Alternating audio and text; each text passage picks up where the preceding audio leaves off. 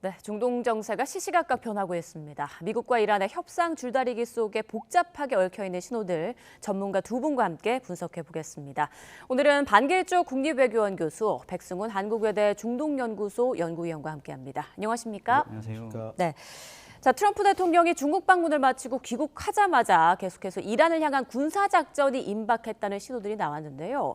오늘 새벽 트럼프 대통령 내일로 예정됐던 대이란 군사 공격을 연기한다라고 밝혔습니다. 지금 어떤 상황으로 볼 수 있을까요?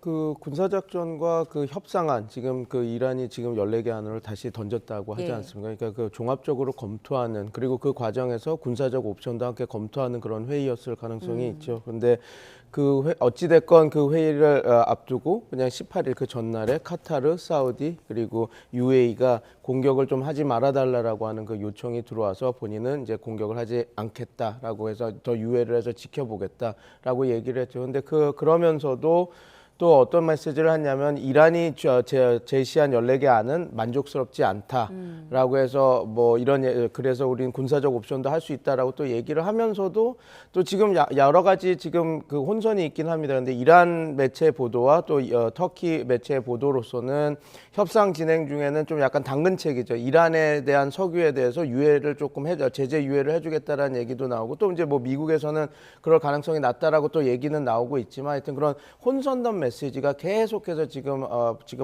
똑같은 곳에서 발신되고 있는 그런 상황이라고 지금 보고 있습니다. 근데 아마 이게 세 가지 의도가 있을 것 같습니다. 하나는 실제로 이런 식으로 그러니까 왜냐하면 군사 공격을 하겠다라는 얘기가 전혀 없다가 갑자기 지금 이런 그 UAE와 사우디아라비아 그다음에 카타르의 요청 때문에 자기네들이 안 했다라고 얘기를 하고 있거든요. 그것은 이제 어떻게 보면 우리가 이란에 대한 압박이죠. 우리가 실제 공격할 준비가 다 돼 있는데 지금 이런 상황 때문에 안 하고 있는데 대기하고 있는데 곧 할 거다라고 하는 압박. 그다음에 뭐 사우디아라비아, UAE, 카타르에게는 또 생색을 내는 거죠. 내가 너네들의 말들을 다 듣고 있다라고 그런 얘기를 하는 거고, 그다음에 하나는 미국 내 여론도 지금 보는 것 같습니다. 미국 여론이 좋지 않으니 지금 이 전쟁에 있어서 트럼프 대통령이 내가 막 진행하는 것이 아니라 그 주변 상황이나 이런 것들도 다 고려하면서 군사작전을 하고 있다라고 해서 어떻게 보면 이제 정치적 메시지를 국내 그다음에 국외 그리고 이란에게까지 이렇게 보내는 거 아닌가 그렇게 보고 있습니다. 네, 만약 트럼프 대통령의 말대로 카타르, 사우디, 아랍에미리트 등이 군사작전 연기를 요청했다면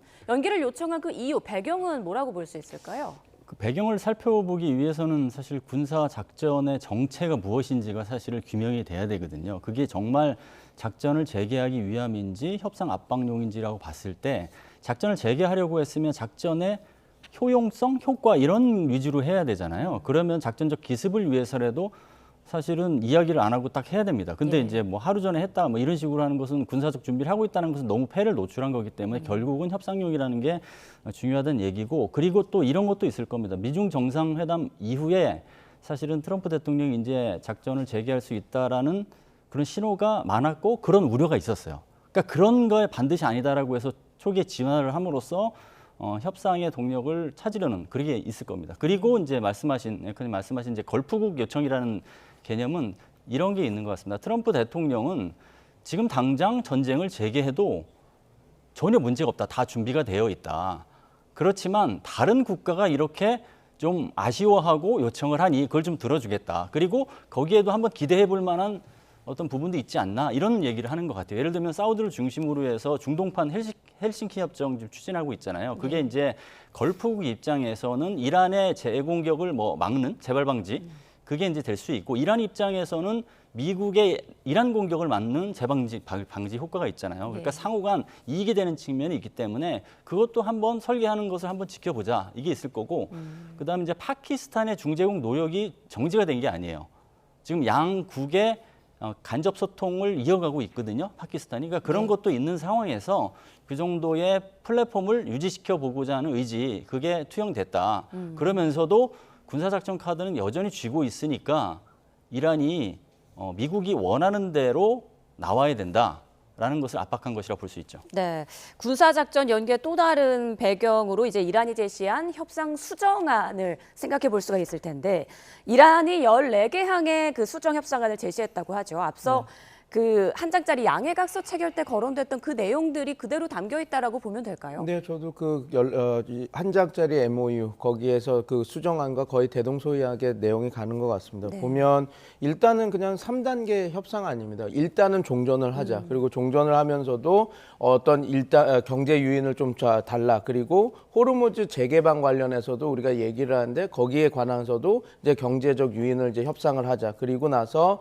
이제 그 호르무즈 해협 통행과 관련해서 얘기하면서도 이제 미국의 그 역봉쇄가 있지 않습니까? 이중봉쇄 그거 해제하자라고 하고 나서 그 다음에 이제 그것이 다 되고 나면 이란 핵 협상으로 넘어가죠. 그러면 이렇게 이 기존에 얘기했던 3단계 종전, 그러면 호르무즈 항행과 이중봉쇄 그에 관련 협상, 그 다음에 이제 핵 협상으로 가자라고 하는 건데 어떻게 보면 이 핵 협상의 지금 이 종전 협상의 그 순서를 이제 이란이 자기네들이 원하는 순서대로 주도권을 쥐고 가겠다라고 이렇게 얘기를 하는 것이죠. 그래서 어떻게 보면 지금 앵커님 말씀 주신 대로 14가지 안은 그 기존에 이제 그 미중 정상회담 이전에 서로 양해각서 체결을 위해서 얘기가 나왔던 그때 또 이란 측에서 제시했던 그 14개 안이랑 대동소이하게 가고 있다라고 보시면 될 것 같습니다. 네, 그런데 방 교수님, 지금 미국과 이란의 협상을 보면 제안을 던졌을 때 다시 또 역제안을 해오고 또다시 요구사항을 주고받고 이런 좀 긴 계속 협상이 이어지고 있거든요. 보통 이런 식으로 협상을 진행하나요? 뭐 이제 종전 협상이든 뭐 정전 협상이든 간에 협상이 좀 길긴 하죠. 사실 6.25 전쟁도 2년 1개월 동안 정전 협상을 했고요. 그다음에 러시아 우크라이나 전쟁도 사실 지금 4년째 종전 혹은 휴전 협상 모두가 계속 진행되고 있거든요. 이게 오래 걸리는 건 사실입니다. 그럼에도 불구하고 미국과 이란의 어떤 팽팽한 줄다리가 좀 다른 지점은 두 가지 측면을 살펴볼 수 있는데 첫 번째는 누가 제안하느냐, 즉 제안 배틀이거든요. 누가 제안하느냐는 사실은 그 주도권 경쟁에서 다른 지점이 있거든요. 제안하는 측에서 의제를 선점을 하고 어디까지 요구할지는 상한선을 정하는 그런 측면이 있기 때문에 주도권 경쟁 측면에서 유리한 고지를 점하고자 하는 셈법이 담겨 있는 게 하나 있고 두 번째는 지금 미국과 이란의 이전 교착 상태가 어느 일방의 협상력 혹은 군사적 절대적 우위를 이어가지 못하기 때문에 이게 교착 상태가 될 수밖에 없어서 이렇게 제안과 역제안이 공회전하는 식으로 이루어진다. 그래서 이게 이제 풀리기가 쉽지 않은 게 사실입니다. 앞서 그 진행된 합의에서 미국의 핵심 요구는 우라늄 농축 20년 중단, 그리고 핵심 핵시설 완전 해체 등 핵 관련 요구 등이 담겨 있었는데 지금 이란 쪽에서 받아들일 수 있는 만한 게 있습니까? 3가지 정도는 있다고 봅니다. 예. 양보할 수 있는 거. 그게 하나가 이제 일부 고농축 우라늄을 희석시키는 거죠. 그러니까 일부가 아니라 뭐 그것도 다 60% 농축 우라늄을 다 아마 전량을 이제 그 3.67% 아니면 뭐 1.5% 더 내추는 수준은 당연히 할 수가 있을 겁니다. 그리고 그 일부 고농축 우라늄을 상당수 그것도 일부도 또 상당수를 이제 3국으로 이제 그 반출하는 것이죠. 그게 이제 오바마 행정부 때 있었던 JCPO에서도 그 11톤이라고 하는 그 20% 농축 우라늄을 희석한 거를 러시아로 보낸 적이 있거든요. 그래서 이게 또다시 러시아 혹은 러시아가 아니더라도 IAEA 감시하에 어떤 그 프랑스나 다른 뉴클리어 서포트 그룹이라고 그런 그 농축 우라늄을 그러니까 희석시키고 반출하는 그런 것 역할을 할 수 있는 국가로 빼는 그렇지만 이제 미국은 미국에게 전액을 갈 수는 없고요. 그래서 일부는 그런 국가 그리고 일부는 그 미국에게 이렇게 보낼 수 있는 그런 것들은 충분히 합의가 가능할 것 같습니다. 그리고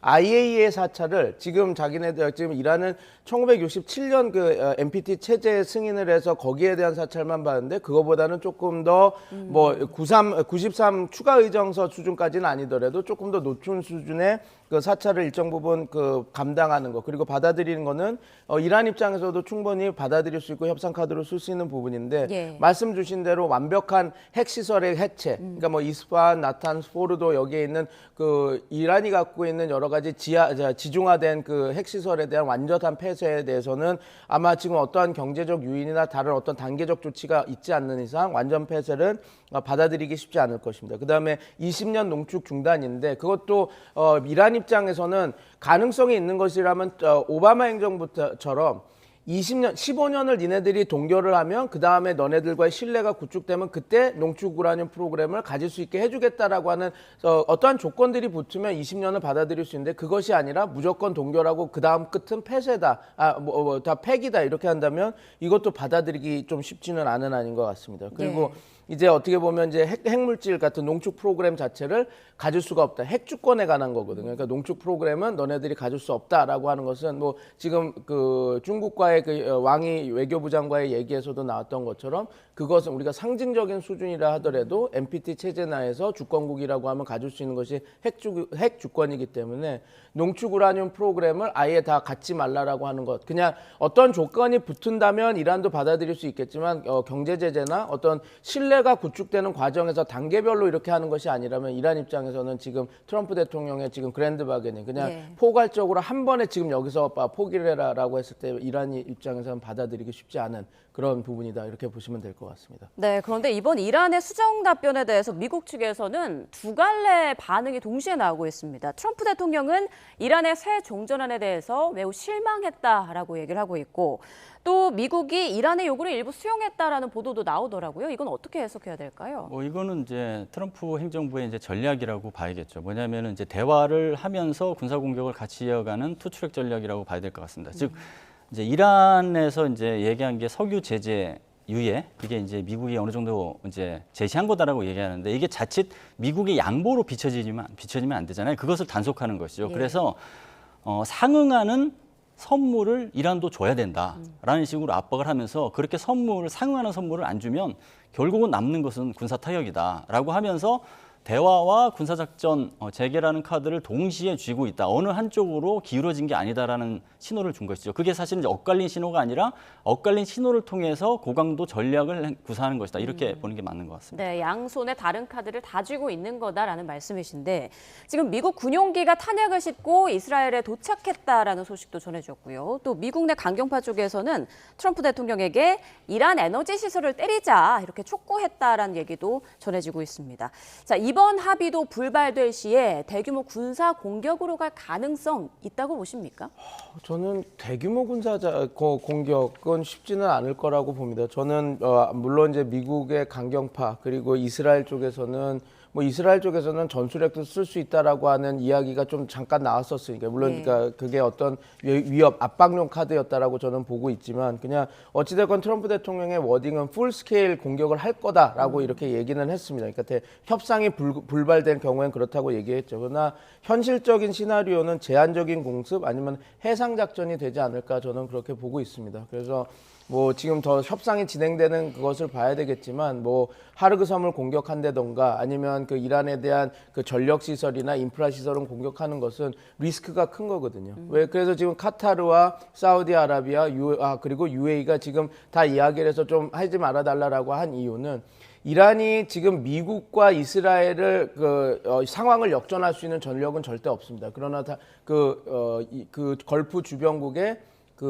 석유 생산 시설, 그다음에 담수화 시설은 충분히 공격할 수 있는 역량이 있거든요. 그래서 그런 것들을 그러니까 트럼프 대통령도 알고 있기 때문에 그런 공격이 감행될 수 있는 그리고 도발할 수 있는 그런 군사 작전은 상당히 조심스럽게 되지 않을까. 왜냐하면 이란 입장에서 이게 엔드 게임으로 간다. 우리가 진짜로 미국이 완벽하게 다 대규모 공격을 하는구나라고 하면 이란 입장에서도 충분히 지금 갖고 있는 전력으로 걸프 주변국 그다음에 글로벌 유가를 올릴 수 있게 하는 능력은 충분히 되기 때문에 이제 트럼프 대통령도 말은 뭐 대규모 군사 작전을 하겠다라고 하지만 그 군사 작전은 상당히 제한되지 않을까 저는 그렇게 지금 보고 있습니다. 네, 많은 전문가들이 지금 미국 내 여론이 안 좋고 중간 선거를 앞두고 있는 상황에서 부담이 되기 때문에 트럼프 대통령 입장에서도 군사 공격으로 가긴 힘들 것이다.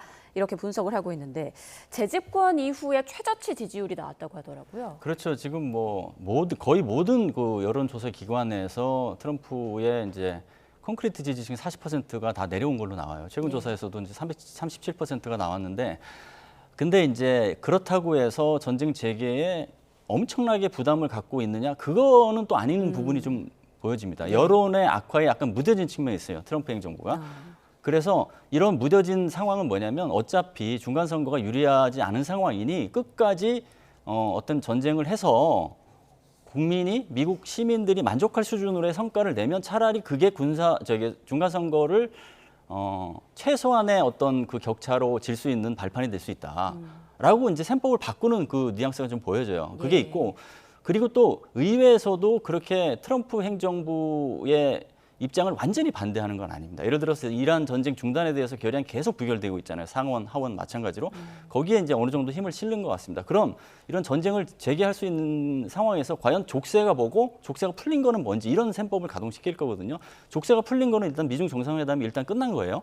두 번째는 전쟁 권한법입니다. 전쟁 권한법에서 자유로워지기 위해서 장대한 분노 작전은 이제 끝났고 대형 망치 작전이 시작될 거라는 식으로 지금 작전명을 바꾸고 있잖아요. 네. 그게 그게 이제 카운트 원이 다시 시작된다는 의미를 하기 때문에 족쇄를 풀기 위한 노력이고요. 그다음에 이제 군사력 재정비를 좀 완료한 측면. 예를 들어 제럴드 알포드가 지금 복귀하고서 이제 전력을 재정비하고 있잖아요. 그게 이제 족쇄가 풀리고 있는 것이고 그럼에도 불구하고 여전한 족쇄는 걸프궁이 반발하는 게 있고 그다음 이제 무기 재고량 문제가 있는 것이죠. 지금 다른 지역에서 쓸 수 있는 무기가 부족한 상황에서 어떻게 하려고 하냐라는 문제가 지적되는 게 있거든요. 이런 것을 종합적으로 검토해서 중간 선거만으로 전쟁 재개 여부를 판가름한다라고 보기에는 많은 변수가 여전히 있다 이렇게 말씀드려야 될 것 같습니다. 네, 여론에 어느 정도 좀 무뎌진 면이 있는 만큼 군사작전 카드를 완전히 배제할 수는 없다라는 분석해 주셨습니다. 이번에는 호르무즈 해협 얘기를 좀 더 자세히 나눠보겠습니다. 이란이 호르무즈 해협을 관리하겠다면서 페르시아만 해협청을 출범했고요. SNS 공식 계정까지 개설을 했습니다.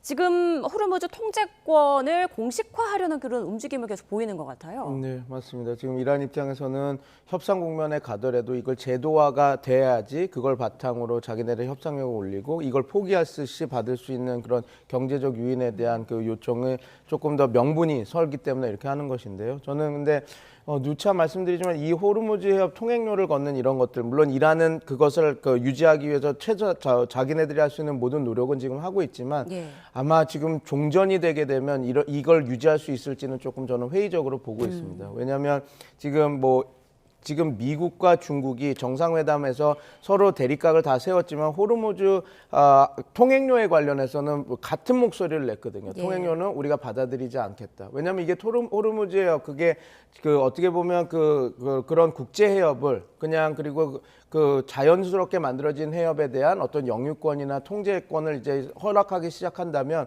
말라카 해협도 그렇고 어떻게 보면 중국 입장에서 자기네들의 목줄, 숨통을 지을 수 있는 여러 가지 해협에서 자기네들이 불리한 상황을 지금 직면할 수밖에 없는 상황이 되거든요. 그래서 그런 부분이 하나도 있고, 그다음에 또 지금 이란 호르무즈 해협을 통해서 그 중국이 거의 40%의 석유를 자기네들이 수입하고 있습니다. 그럼 하루에 보통 410만 배럴에서 420만 배럴을 수입을 하고 있는데 그걸 따지면 하루에 그럼 그 이란이 지금 제시하는 그런 계산법으로 하면 하루에 거의 410만 달러, 그러니까 우리나라로 따지면 60억 정도 되는 돈을 계속 매일 내야 되는 겁니다. 그럼 이게 중국 입장에서도 이건 받아들일 수 있는 아니기 때문에 이란은 지금 어떻게 해서든 통행료를 제도화하고 이거를 어떤 그런 시스템화해서 협상 국면에서도 자기네들이 경제 요인을 받을 수 있는 최대한 어떤 그런 그 체계를 만들어내겠다라고 포기를 할 경우에 자기네들이 반대급부로 받아야 되니까요. 그런데 네.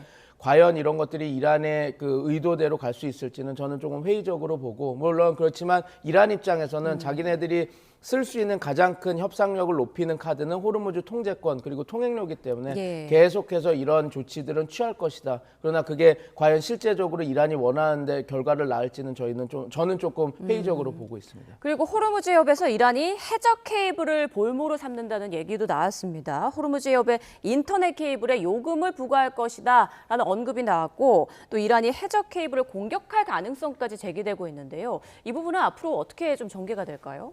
이란이 이제 볼모 작전에 나름 여러 가지 이제 이득을 봤죠. 그 볼모 작전을 이제 시즌 1, 2, 3로 확장하겠다는 거거든요. 시즌 1은 뭐였냐면 호르무즈 해협의 봉쇄, 그다음에 걸프 지역 민간 시설, 상업 시설 공격. 이게 볼모로 통해서 사실 이게 이란 전쟁이 아니라 지역 전쟁, 그다음에 전 세계가 영향을 받는 전쟁으로 바뀌었잖아요. 네. 거기에서 이득을 본 것을 계속 챙겨 나가겠다고 하면서 시즌 2 볼모 카드로 이제 쥐고 있었던 게 홍해고, 그 시즌 3가 사실은 해적 케이블이었거든요. 근데 시즌 3가 먼저 나올 수 있다는 얘기를 한 거예요. 그 시즌 3를 내는 저게 이제 구사하는 방법은 첫 번째는 유지 보수에 대한 독점권을 갖는다. 그래서 통행료 비슷하게 이 해적 케이블의 어떤 그 관리하는 측면에 돈을 좀 받겠다. 그리고 그게 원활치 않을 경우에는 이제 공격도 하겠다. 뭐 이런 식이잖아요. 그래서 결국에는 이런 해적 케이블을 볼모로 해서 호르무즈 해협에 주도권 장악에도 유리하고 그다음에 협상력에도 유리하다 이런 식으로 해서 볼모 작전을 이어간다 이렇게 설명을 드릴 수 있을 것 같고요. 네. 그리고 이제 이거 해협청에서 이것도 어떻게 보면 이제 주도적으로 관리할 수가 있어요. 근데 이제 페르시아만 해협청이라고 했잖아요. 예. 호르무즈 해협청이라고 안 하고 그거는 이 호르무즈 대신에 페르시아만을 이제 바꿔 쓴 것은 지금까지 80여일간은 호르무즈 해협의 통제권, 주도권을 장악하기 위한 작전이었다고 하면 이제부터는 호르무즈 해협을 확장하기 위한 작전이 시작된다라는 측면도 있기 때문에 사실 전선의 상황이 녹록해지지 않고 있습니다. 네.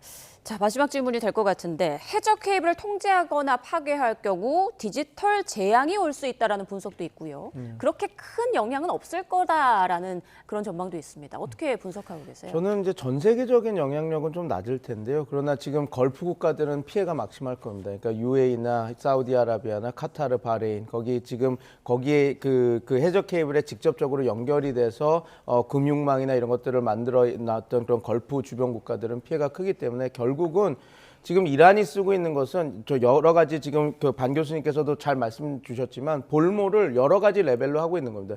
저기 바벨 만렙을 막으면 그거는 전 세계적으로 도발을 하는 것이니 예. 지금은 그거를 좀 제한해서 리저널 지역 그러니까 걸프 국가들에 대해서 부과하는 요금을 올려서 이거 자기네들이 억지력을 가져가겠다라는 거죠. 그래서 요번에 그 카타르나 사우디아라비아나 UAE가 얘기를 해서 트럼프 대통령한테 얘기를 해서 이 전쟁을 조금 좀 공격을 좀 멈춰달라고 얘기한 것도 그럼 이란이 그러면 어떻게 보면 지금 도발하는 것도 상당히 자기네들이 그냥 무차별적인 도발이 아니라 나름 자기네들이 공세 수위를 그거에 맞게 올려가고 있는 하나의 작전으로 쓰고 있다 그렇게 보시면 될 것 같습니다. 네, 알겠습니다. 아직까지 종전 협상의 끈은 살아있는 그런 모습인데 부디 양국이 잘 좀 조율을 해서 상황이 나아지길 기대해 보겠습니다.